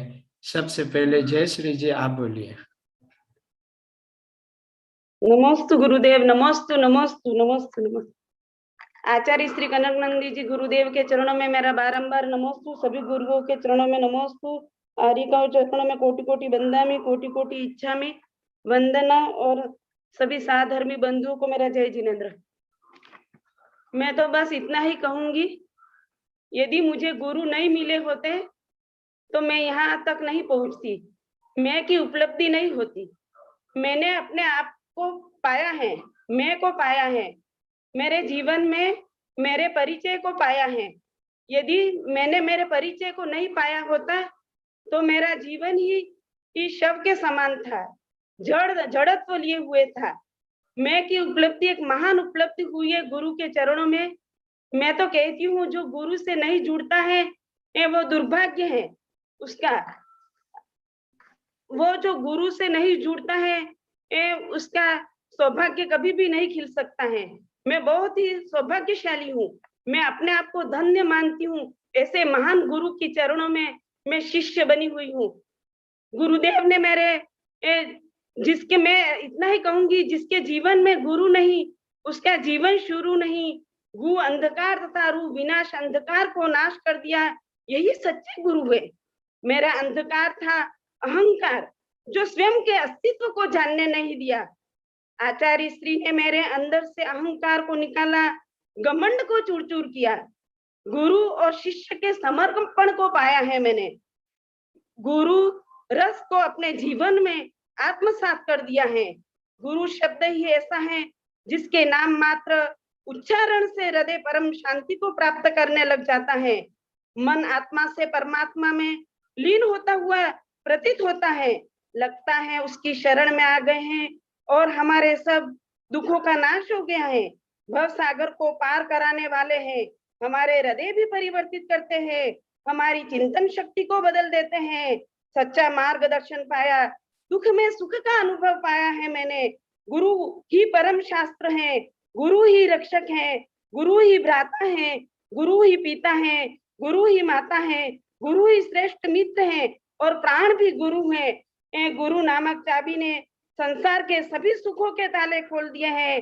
हे गुरुवर, आपकी चरण रज मेरे आत्म कल्याण करने में सक्षम है। मैंने गुरु के दर्पण में मेरा जीवन चरित्र को जाना है। ये आत्म कल्याण की प्रथम सीढ़ी गुरु है। ये सतगुरु जीवंत तीर्थ है। ये समव शरण में जान रही हूँ मैं, ये जीवंत ही तीर्थ है सदगुरु। ये सच्चा समव शरण है। आत्मा से परमात्मा की शक्ति मेरे को प्रदान की है। मैंने त्याग तपस्या की मूर्ति को अपने आचरण में उतारा है। गुरु के ही पाप पुण्य का लेखा जोखा करना सिखाया है। पाप करते जाते थे, जब फल भोगते समय पुण्य पाप को याद करते हैं, इसीलिए सतत पुण्य करना सिखाया है। गुरुदेव के सानिध्य में आहारचर्या का बड़ा महत्व है। मैं आहार देने रोज जाती हूँ। आहार दान में स्वाध्याय भी हो जाता है। तीनों दान इसमें गर्भित है। इसमें संयम होता है, फैशन व्यसन का त्याग होता है, इच्छा निरोध तप होता है, षट कर्मों का पालन होता है। मैंने संसारिक सुख वैभव को भी पाया है, सातिश्य पुण्य अर्जन किया है। ज्ञान देकर ज्ञानावरणी कर्म को नष्ट किया, जिससे उत्तम बुद्धि को पाया है, मैं को पाया है। स्वयं को जानने पर जो आनंद की अनुभूति हुई उसका वर्णन मैं नहीं कर सकती हूँ। और स्वयं को गौरवशाली माना, दूसरों के गुणों की प्रशंसा करना, अपने गुणों की प्रशंसा करना सीखा। स्वाध्याय एक गुरुकुल है जिसमें उठना बैठना, खाना पीना, लौकिक सामाजिक व्यवहार, आध्यात्मिक ज्ञान, दान करना, सेवा करना, धर्म, करुणा करना, सहिष्णुता, सहज सरल रहना सीखा। आत्मरस को पाया, निज को पाया, समता शांति निष्प्रता को पाया। स्वाध्याय बेटी गंगा है, घर के सामने आई हुई गंगा को मैंने पाया है। यही मेरा साक्षात समव शरण है। गुरुदेव जीवंत तीर्थ हैं और हम सौभाग्यशाली हैं, भव्य आत्मा है। तो गुरु के समव शरण में जुड़े हैं, वरना यदि हम भव्य आत्मा निकट भव्य नहीं होते तो गुरु के समव शरण में भी नहीं जुड़ते। यह मेरा बहुत ही सौभाग्य है। मैं धन्य हो गई हूँ ऐसे गुरु को पा करके। मेरा तो सौभाग्य ही खिल गया है। नमोस्तु गुरुदेव, नमोस्तु नमोस्तु नमोस्तु गुरुदेव। बहुत सुंदर। आपने अपने भावों को भाषा का एक परिमार्जित भाषा का रूप दे करके अपने भावनाओं को हम सभी तक प्रेषित किया। जय श्री जी, आपके लिए बहुत बहुत आशीर्वाद। आप जैसे और दसों जय श्री हमारे वेबिनार में उपस्थित हो, आपकी प्रेरणा से मैं पूज्य हमारे अध्यात्मानंदी महाराज जी को मैं अनुरोध करना चाहता हूँ कि महाराज श्री आप भी अपने भावनाओं को हम सभी सुधी श्रोताओं तक प्रेषित करें।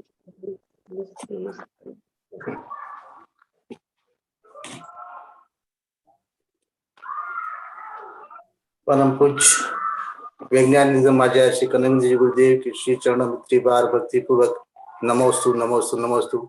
आचार्य भगवत श्री विद्यानंद जी गुरुदेव के चरणों मित्री भक्ति पूर्वक नमोस्तु। आज्ञा सागर जी के चरणों में नमोस्तु। समस्त मुनि संघ के समय नमोस्तु नमोस्तु। सब सामने को ओम नमः सिद्धेवे नमोस्तु गुरुदेव। गुरुदेव के श्री चरणों में मैं लगभग 15-16 साल से उनके सानिध्य में हूँ। तो मैं आज्ञा सागर जी का बहुत ही उनकी प्रेरणा से मैं आचार्य श्री के पास गया और उनके कारण ही मैं इस पथ पर आगे बढ़ा और गुरु जी के पास जाकर के जो मैंने अपना निवेदन किया तो गुरु जी ने मेरे को स्वीकार किया और तब से 2005 से मैं आचार्य जी के पास हूँ और तब से मैं उनके सानिध्य में रह करके मैंने जो कुछ भी पाया है वह सब उनसे ही पाया है।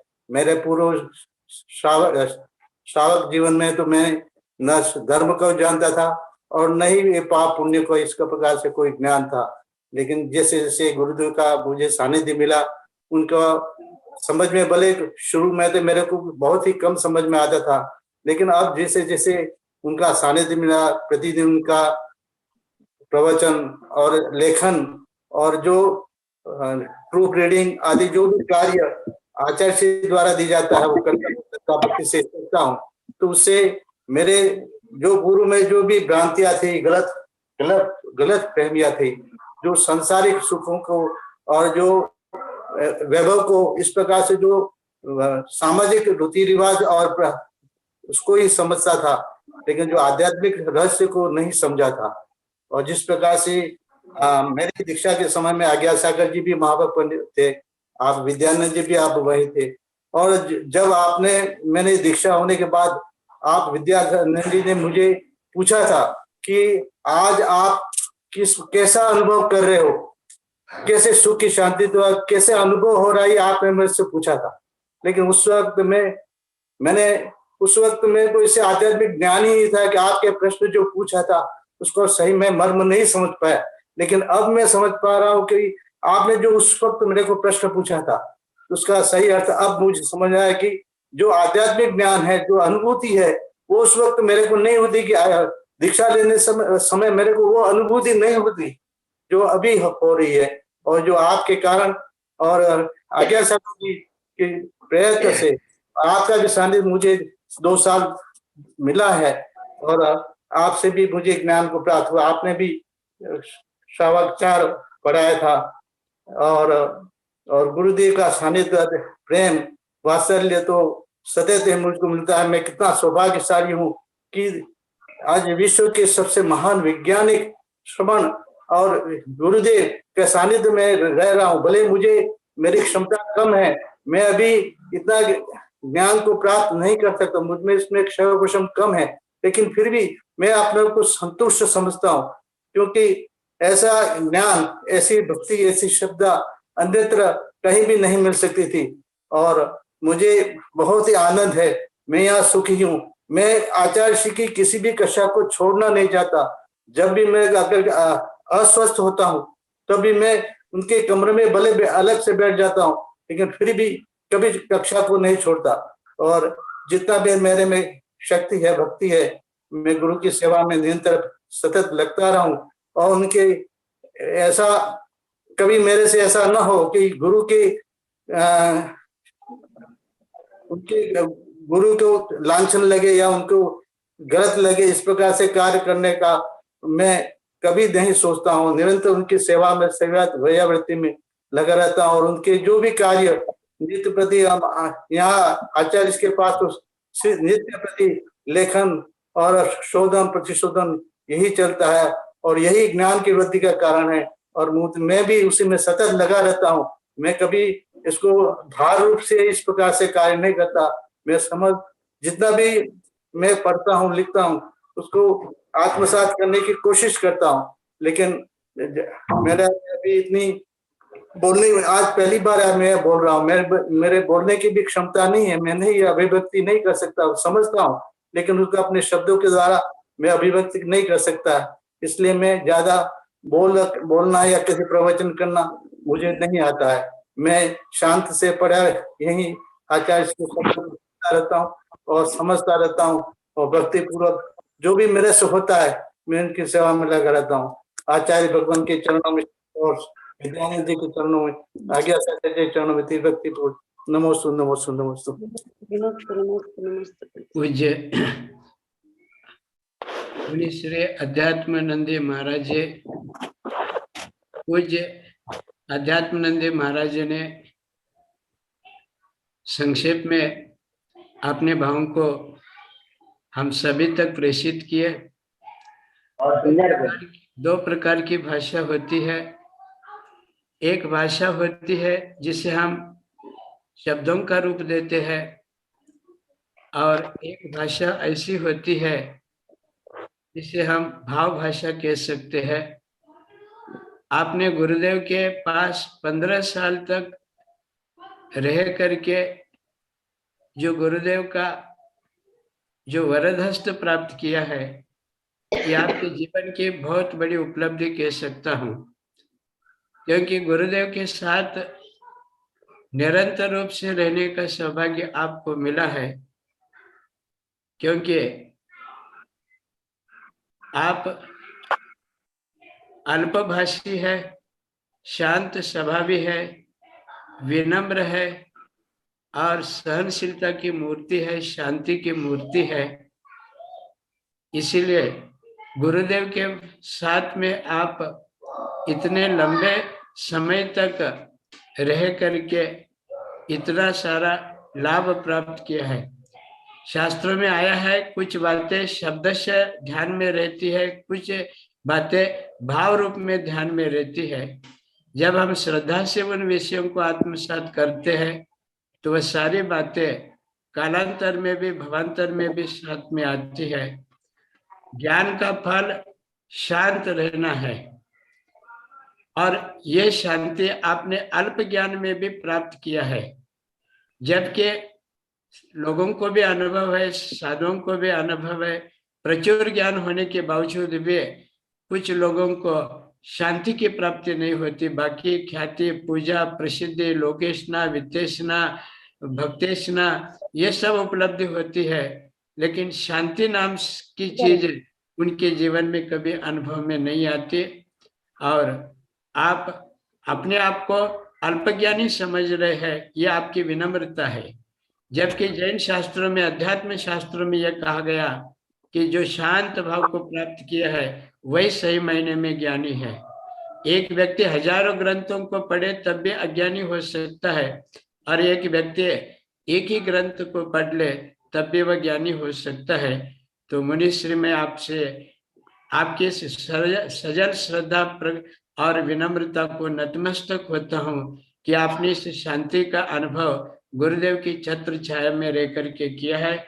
मैं पूज्य हमारे सुविज्ञ सागर महाराज जी को निवेदन करता हूँ कि आज के इस कक्षा का आप समापन करें और आज की कक्षा पूर्ण हो चुकी है। ये हमारे वेबिनार में उपस्थित लोगों तक आप अपनी भावना को पहुंचाए। अभी आचार्य भगवंत विद्यानंदी जी गुरुदेव ने जो आज की सभा में समा बांधा, जिस समावेशिता का, जिस समन्वय का और एक सर्वोदयी भाव का परिचय दिया है वो बहुत ही श्लाघनीय है।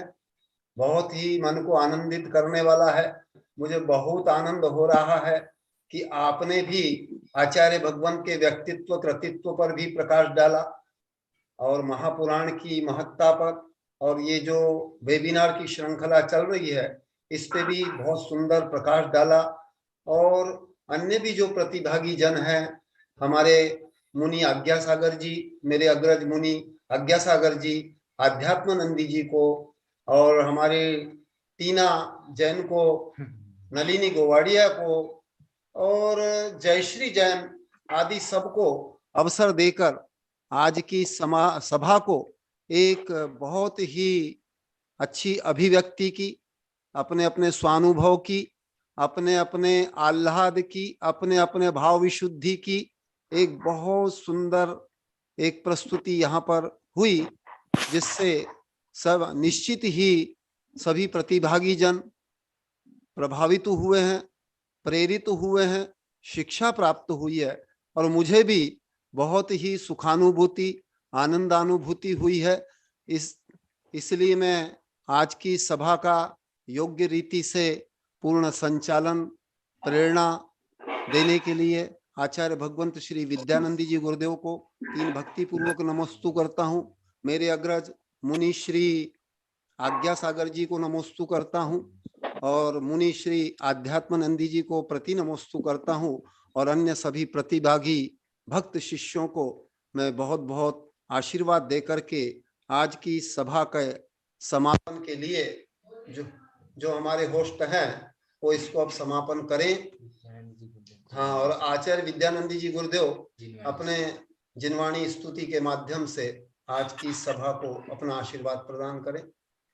बोधि समाधि परिणाम शुद्धि स्वात्मोपलब्धि शिव शक्ति सिद्धि चिंतामणिं चिंतित वस्तु दाने त्वमन्ध्यमानस्य ममास्तु देवी त्वमन्ध्यमानस्य ममास्तु देवी। आचार्य श्री के श्री चरणों में नमस्तो। उपस्थित सुबह सभी मुनि महाराजों को भी नमस्तो। और आज बहुत सारे लोग बोलने जैसे है, बोलने की योग्यता भी रखते हैं, लेकिन समय की एक मर्यादा होती है, इसलिए मैं सभी को अवसर नहीं दे पाया। क्योंकि गुरुदेव छोटे छोटे बच्चों को भी जब पाठशाला में पढ़ाते हैं तो भाषण करना भी सिखाते हैं, गीत गाना भी सिखाते हैं, भजन गाना भी सिखाते हैं और विशेष करके हजारों लोगों के बीच में अपने भाव अभिव्यक्ति करने भी सिखाते हैं। तो यह हमारे वेबिनार की सबसे बड़ी उपलब्धि है। इसीलिए गुरुदेव तो मौखिक रूप से प्रश्न वगैरह पूछते, अनुभव पूछते, कभी निबंध लिखाते हैं, पढ़ करके सुनाओ कहते हैं। तो गुरुदेव सिर्फ लोगों को श्रोता के रूप में देखना नहीं चाहते, लोगों को एक वक्ता भी बनाना चाहते हैं। और इसीलिए गुरुदेव का यह प्रयास रहता है। जिनके अंदर जिस प्रकार की प्रतिभा है वह प्रतिभा लोगों के बीच में आ जाए और उनसे और लोग भी प्रेरित हो। यह गुरुदेव के व्यक्तित्व का एक आयाम मैं कह सकता हूँ और उसी की उपलब्धि कह सकता हूँ। हमारे विमला जी कहे, आनंदी देवी कहे, विजय लक्ष्मी जी कहे, बहुत सारे लोग बोलने के काबिल है, लेकिन समय का अभाव समझ करके सभी को अवसर नहीं मिल पाया, इसलिए मैं क्षमा प्रार्थी हूँ। हमारे विमला जी भी नित्य प्रति इतने भाव विभोर होकर के गुरुदेव के एक एक शब्दों को सुनती है और जब गुरुदेव अपनी भावना जब व्यक्त करते हैं तो इतने भाव विभोर होती, कभी कभी उनकी आंखें भी गीली होती है, मैं अनुभव करता हूँ। इसी प्रकार हमारे मैडम जी भी है, तो मैडम जी भी बहुत अच्छा बोलती है क्योंकि वह पहले शिक्षिका रही है और गुरुदेव के संपर्क में आकर के आपके व्यक्तित्व की कला है वह और निखर चुकी है। हमारे रमेश जी है, रमेश जी भी हमारे वेबिनार में उपस्थित रहते हैं। ऐसे बहुत सारे लोग हैं, मैं चाह रहा था रमेश जी भी अपने भावों को व्यक्त करे। सोहन जी तो दूर दूर ही रहते हैं क्योंकि मैंने अनुभव किया है जो गुरुदेव के जितना निकट रहता है गुरुदेव से लाभ लेना उतना ही दुर्लभ होता है। तो मैं सोनलाल जी से भी अनुरोध करना चाहता हूँ कि गुरुदेव के पूरे ज्ञान से आप लाभान्वित हो, क्योंकि मैंने देखा संघों में जो संघों में रह करके जितना लाभ लेना चाहिए, उसमें मैं भी आता हूँ, संघों में रह करके जितना लाभ लेना चाहिए उतना पूरा पूरा लाभ नहीं ले पाते। हाथ में पीछे आने के बाद ही ये बात समझ में आती है। तो मैं विमला जी को भी बहुत बहुत धन्यवाद देना चाहता हूँ, आनंदी देवी जी और भी बहुत सारे लोग हैं। आगे ऐसा कभी अवसर मिले तो मैं रमेश जी को भी सुनना चाहूंगा। मैं समझता हूँ कि समय अपनी परिसीमा तक पहुंच चुका है, इसलिए आज का ये जो आदि पुराण का जो स्वाध्याय यहीं पर पूरा हो चुका है समझ करके मैं हमारे इस तकनीकी व्यवस्था में सहभाग देने वाले अभय जी, वरण भैया जी को कहता हूँ कि अब ये जय गुरुदेव, नमस्ते बंद कर लीजिए। जय गुरुदेव। गुरुदेव के दर्शन, गुरुदेव का दर्शन करा दे। नमोस्तु भगवान नमोस्तु। सभी आचार्य श्री का हमारे ज्योति जी आप दिख रहे हैं। ज्योति जी अगली बार आपको सुनना चाहिए। जय गुरुदेव। जी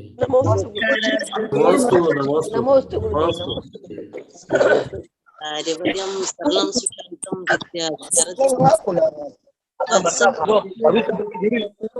अरे भाई गुरुदेव को मेरा नमस्ते कहिएगा। टीना जी गुरुदेव के शास्त्र का ध्यान रखिए। नमोस्तु भगवान, नमोस्तु भगवान, नमस्ते गुरुदेव, नमस्ते गुरुदेव, नमस्ते गुरुदेव, नमस्ते